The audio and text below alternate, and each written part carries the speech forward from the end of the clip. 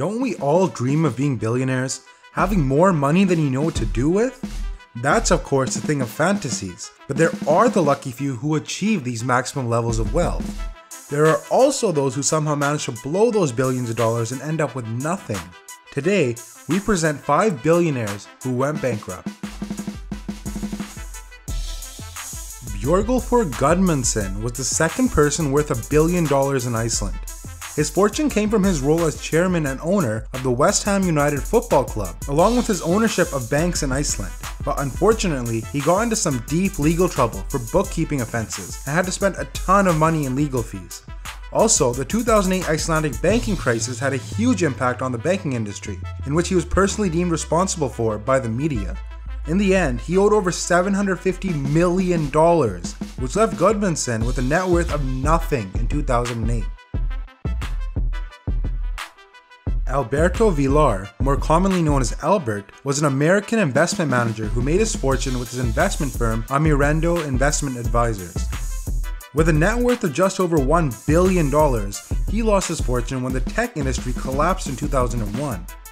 This led to the collapse of his firm, but that was not the worst part. In 2008, investigators found evidence of fraudulent activity that was occurring inside the investment firm, resulting in Albert being charged with money laundering, investment advisors fraud, and securities, mail, and wire fraud. In February of 2010, he was sentenced to 9 years in prison.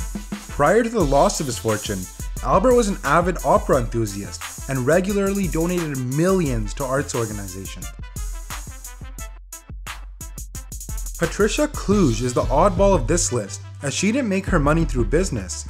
She gained her billionaire status by divorcing her husband John Kluge, a huge name in the media industry who was at one point the richest person in the United States.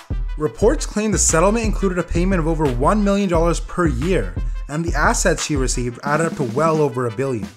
With her newfound personal wealth, she decided to start living large, or larger I guess. She bought a 200-acre estate where she would throw lavish parties. She also invested millions into a failed winery and vineyard, for which she took out over $65 million in loans. This all ended when Patricia filed for bankruptcy, successfully going from billionaire to broke. Quinn was an Irish businessman who made his fortune through his various business ventures over the years. His largest success came from the Quinn Group, the second largest personal insurance provider in Ireland. He was known as the richest man in Ireland with a net worth of over $6 billion.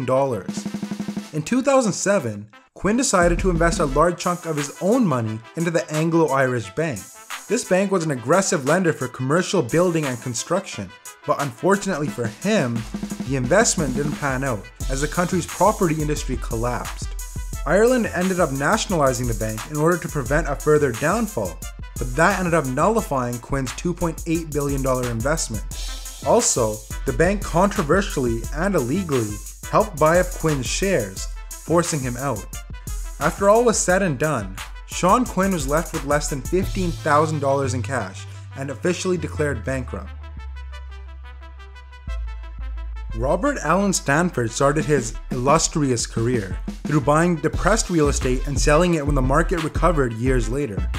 In 1993, Allen took over his father's company, the Stanford Financial Group, which dealt with many aspects of finance. Allen had an estimated net worth of over $2 billion at his peak. However, in 2009, the FBI, along with many other investigative organizations, started looking into Allen and his company. It turned out that the Stanford Financial Group, and specifically Allen, were indeed participating in a variety of illegal activities. Allen was charged with wire fraud, mail fraud, money laundering, conspiracy, and much more. To sum up, Robert Allen Stanford's company was a giant Ponzi scheme, which earned him a comfy 110 years in prison, which his appeal of was denied in 2015.